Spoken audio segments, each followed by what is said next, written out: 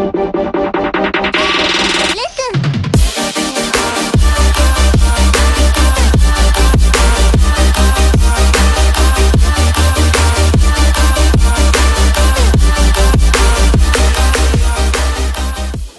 going on, everybody? Welcome back to College Football Talk with Peter Burtnett.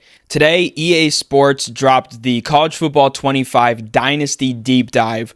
We're going to be going all over that, and you better buckle up, strap in, because this one is a doozy. There's a lot of information to go over in this video. I'm probably not going to cover all of it in this video alone. If you want me to go into more detail in some of the different areas, I'll describe more what I mean by that later on. Let me know in the comments below. But before I get into it, if you go on to enjoy this video, please feel free to leave a like, consider subscribing to the channel, and turn on those post notifications so you're always up to date.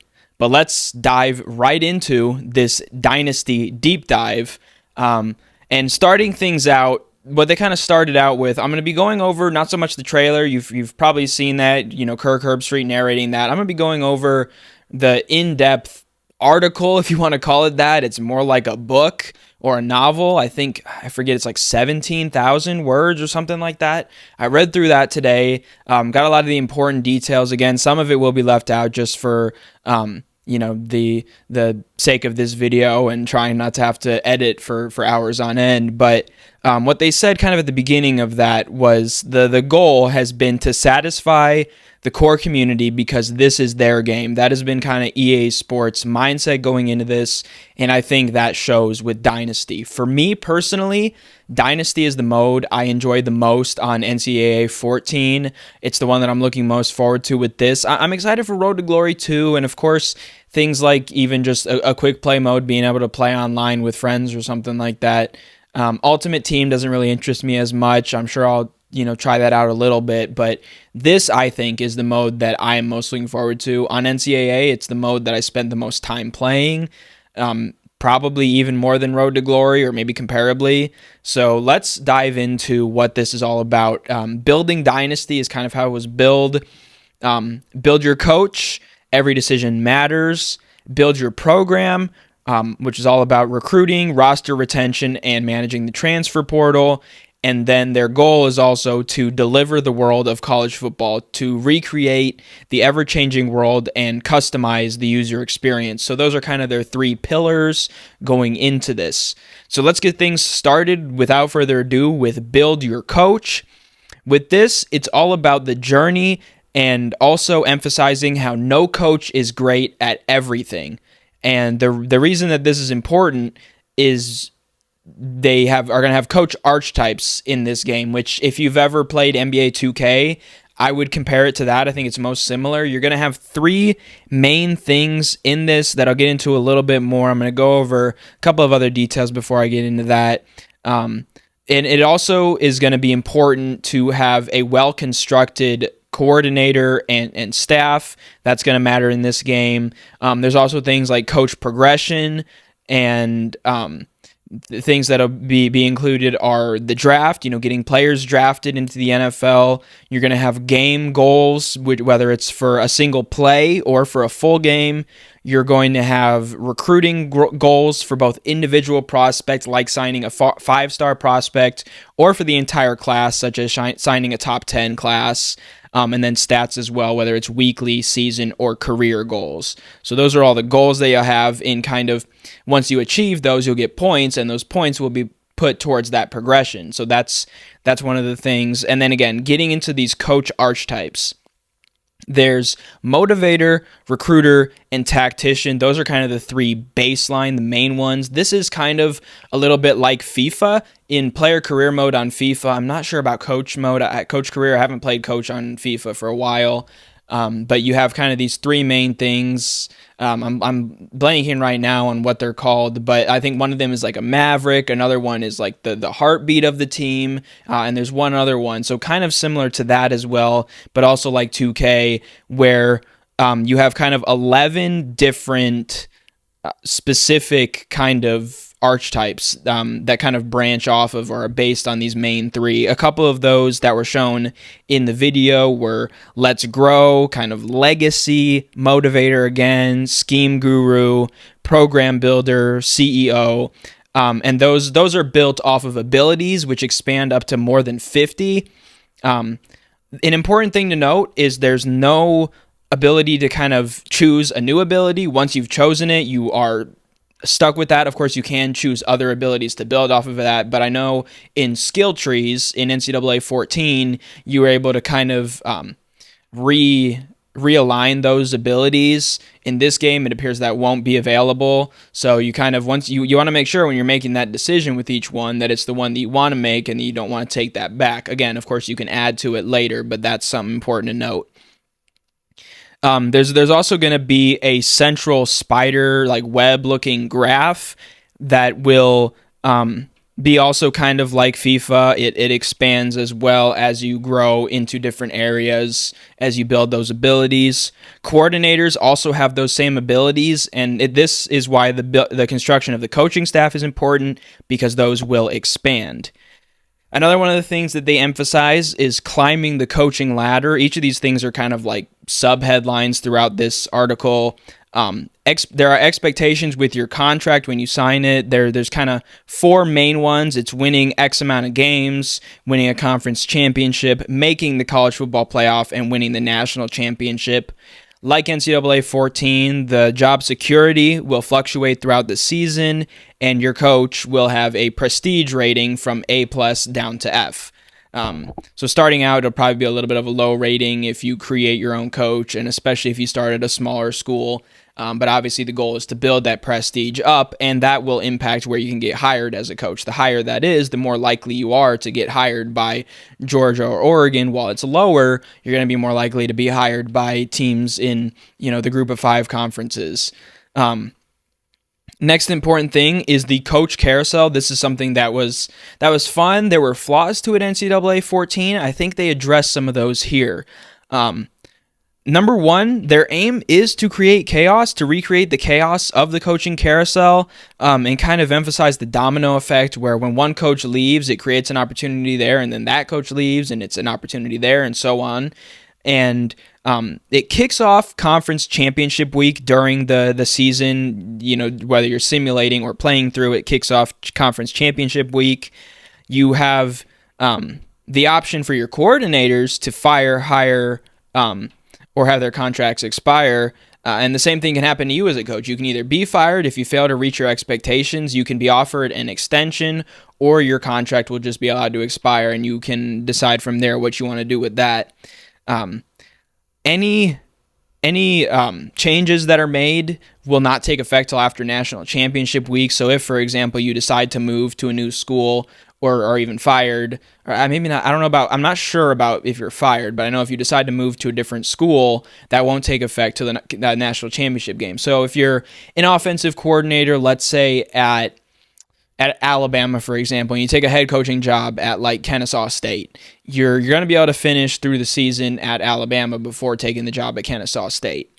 So I think that's kind of a cool feature. I think there are 5 different stages through that. There's like through the bowl weeks that kind of progress through that, 4 or 5 maybe.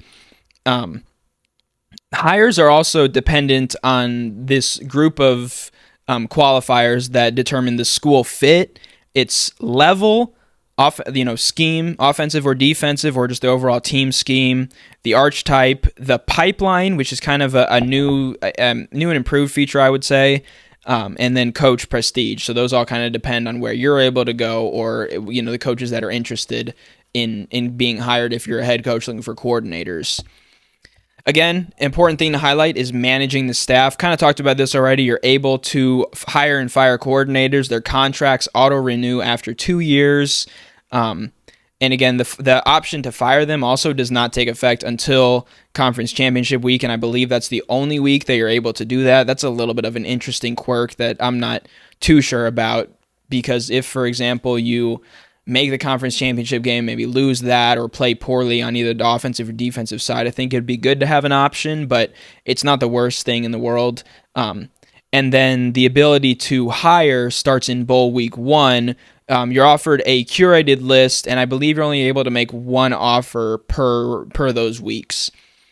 So moving on ahead here, Another goal is to build your program. This is where kind of some goals come in with recruiting. The goals that EA had is to humanize recruits, differentiate regions around the country, represent different resources, kind of along the lines of the top programs are going to be able to recruit nationwide, and the smaller schools are going to be a bit more localized, regional. And then also the transfer portal's authenticity will be the unpredictability of the transfer portal. So one other thing with the humanizing recruits is they'll have needs and motivations. So that's something to just kind of be able to understand. I'll kind of get into that a little bit more with recruiting. And actually, here we go. We're moving into recruiting right now. So there's kind of 3 stages of recruiting. There's the discovery process, the pitch, and the close. I think recruiting I'll go way more in depth in a future video. I'm going to kind of go over some of the important things. For my school, the recruit will have 14 grades, ranging from D- to A+, and those are playing time, playing style, championship contender, program tradition, campus lifestyle, stadium atmosphere, pro potential, brand exposure, which is related to NIL, academic, coach, and conference prestige. Those are all prestiges. Coach stability, athletic facilities, proximity to home.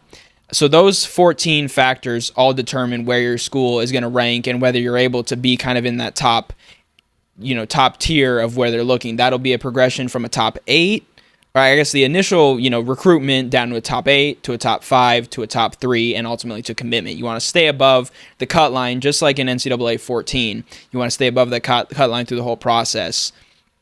An interesting note as well, something that I saw when actually watching another video by the YouTuber Bordeaux, is he mentioned how if, for example, it's the academic prestige, somebody who's interested in going to Northwestern is also going to have schools like Vanderbilt and Stanford, and maybe I think Duke maybe is included in that group as well, just to kind of show that is important. If for example, proximity to home is important for a recruit from Atlanta, Georgia's probably going to be high on that list. Auburn's probably going to be high. Tennessee is even going to be high on that, all because those are close to home. And smaller schools like, I guess Georgia Tech isn't really smaller. They're still a Power 4. I'm trying to think if there's any FCS teams around there. Maybe an App State would be kind of an option as well there. So each of those things will kind of vary and are interesting things to keep an eye on. Recruits will also have deal breakers, and this also stays in effect even once if they do commit. If you are above the line in any of those, if their deal breaker is ensuring that your team is a championship contender, but you drop out of that contention, they're more likely then to transfer. That can certainly increase the likelihood that they leave into the transfer portal. Again, if any of those drop, any of the deal breakers, they're going to enter the transfer portal. In this recruitment process, there's 3,500, or I don't know if that's a total number or it's even more than that, but 3,500 recruits are generated in every recruiting cycle. Each of the classes is different. It produces regional variety.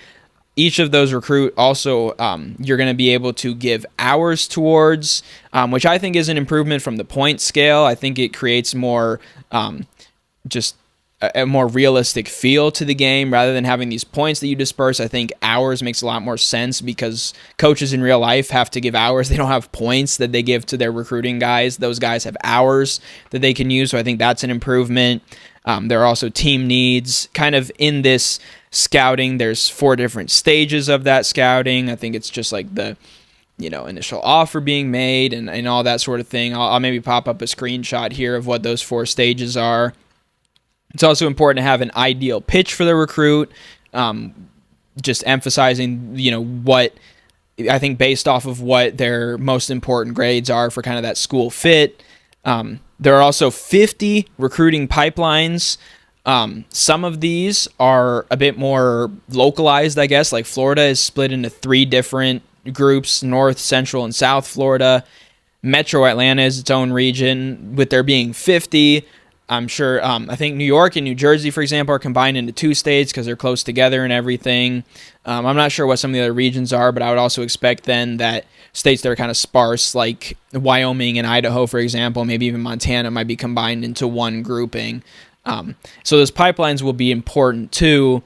If you're strong in a pipeline, for example, like a Boise State would probably be strong in the ones that I just mentioned there, or coaches who historically maybe recruit well in Texas. For example, Ohio State, I would say, is one of the teams that typically does a pretty good job recruiting in Texas. I think Alabama, even though they're not really close, I think of Bryce Young being able to recruit out of California well. So those are all kind of things as well that aren't just influenced by the proximity to where the school is, but can be based on historical evidence. I think the EA team kind of went back 10 years and compiled historical data.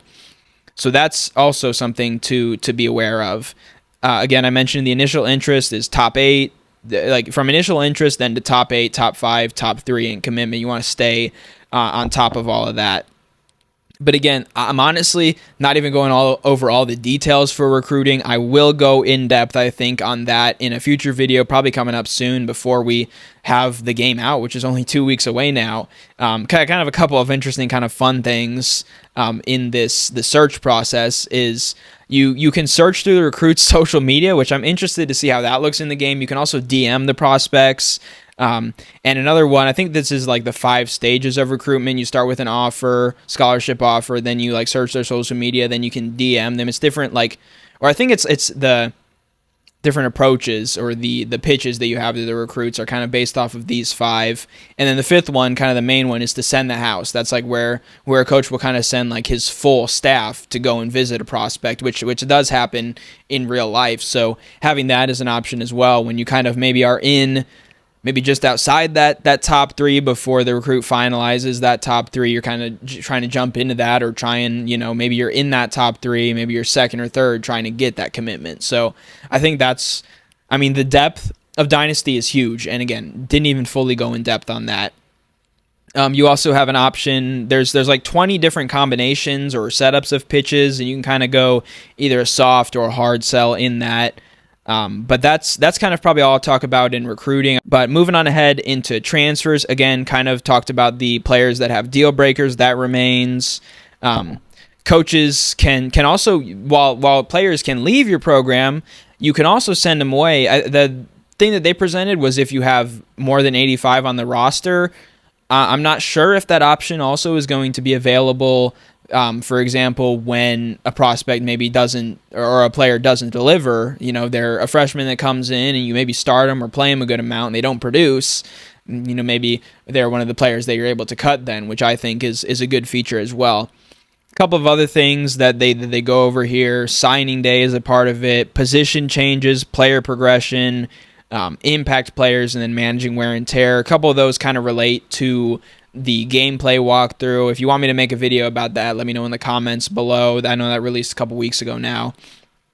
But in that player progression as well, there's kind of these stages of being a normal player, who's just kind of, I don't want to say roster fill, but just kind of, filling a spot on the roster. There's impact player, there's star player, and then there's elite. So, players can kind of progress through those stages. And they also kind of are sorted into those skill groups, kind of like in FIFA as well. Finally, kind of moving on ahead into the final stage of kind of more of the setup of postseason and scheduling. They kind of said, again, in the headline for this section, it's a new day in college football, and that means the 12-team playoff. The game model, the computer, has unique logic to predict the rankings, which they mentioned is difficult because it's based on people's opinions versus a computer model where they could put the same formula in with something like the BCS, for example. Something else that's interesting, obviously they're going to have it set up that the first round is going to be conference games. They're going to have the quarterfinals rotate between the New Year's Six site and then the semifinals. And then what's interesting, though, is for the national championship game, they're going to have 10 different locations that are all throughout the first 10 years, and then you'll cycle back to the beginning of that, and after that, I'm not sure if it'll be randomized or kind of the same order of 10. But I think that's a cool feature as well, because the national championship game in NCAA 14. It felt like if you got past 4 or 5 years, after 4 or 5 years it was in the same spot. Versus oftentimes in reality, you don't see a national championship game at the same spot until maybe again like a decade passes. So I think that's a cool feature. 34 bowl games with conference tie-ins are also in the game, and of course, something that I'm looking forward to and that I always like messing around with, Meet Your New Neighbor, which is conference realignment. You could set rules on the conferences, like in NCAA 14, on divisions, where the conference championship game is, those sort of things. Anywhere between 4 and 20 teams. From screenshots, it looked like the Pac-12 had 2.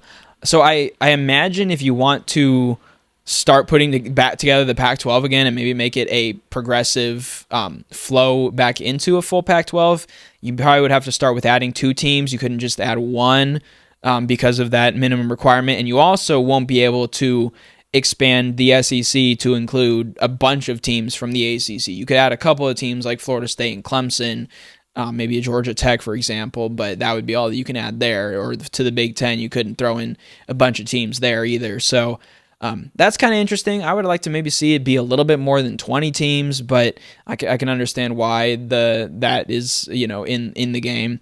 So that's interesting. But I think the kind of minor detail that I'm really excited about, and I know it seems like such a minute thing, but when you move conferences, whether it's your team or another team that you realign, the logo of the conference logo patch will change on the jersey and will also change on the field. This was a detail. It's a minor detail, but when you move a school from, for example, if you wanted to move Nebraska back to what was the Big 12, and they still have Big 10 on their stadiums, on their field, it's just kind of weird for that to still be like that, and I'm glad that this is a detail that they're adding to the game, because I think it just kind of adds that feeling of realism, even though it is at the end of the day a video game. I do really like that detail. Kind of along the lines of this, schedules as well, rivalries and series that are already scheduled will be where they're at all the way through. For example, they listed the 2029 and 2030 Notre Dame Alabama series, the home and home there. Kickoff games, week 0 are also included. Something that was a little bit of a disappointment, I'll say, is that only the game of the week will be called by Chris Fowler and Kirk Herbstreit. All other games will be called by Reese Davis, Jesse Palmer, and David Pollock.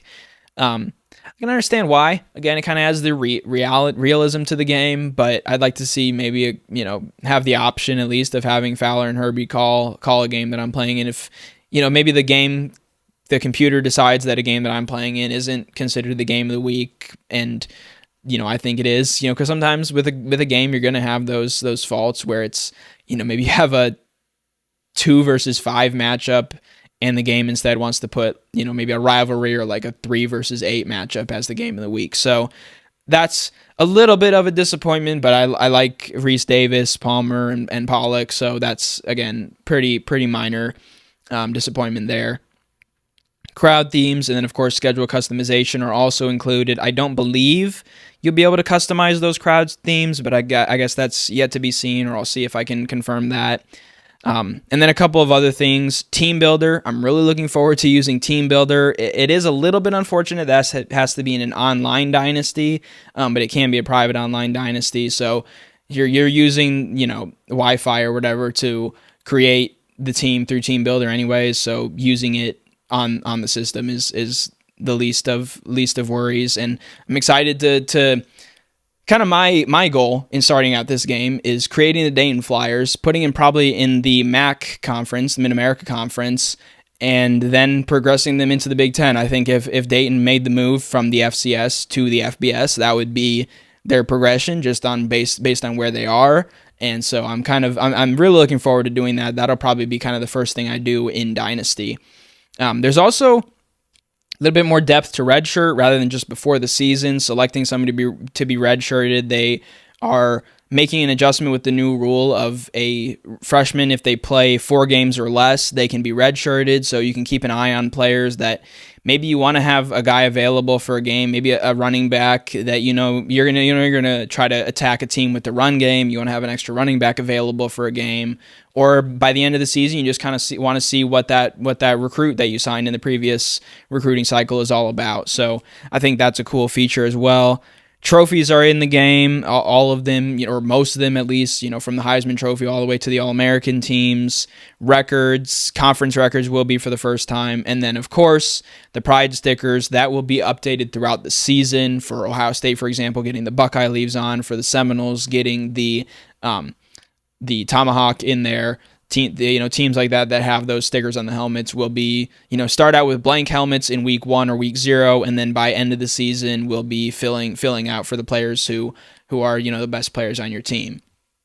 A couple of final details for this one. I'll pop up a screenshot, but it's up to 30 seasons, 32 users on an online dynasty, and one user per school. And you can see a couple of other details as well, but I know that was a lot of information. This will be fun to chop up later. Thankfully, I normally just kind of am able to go straight through. Don't have to make too many edits. But again, if you've enjoyed this part in the video, please feel free to leave a like and share this video maybe with somebody who is interested in college football.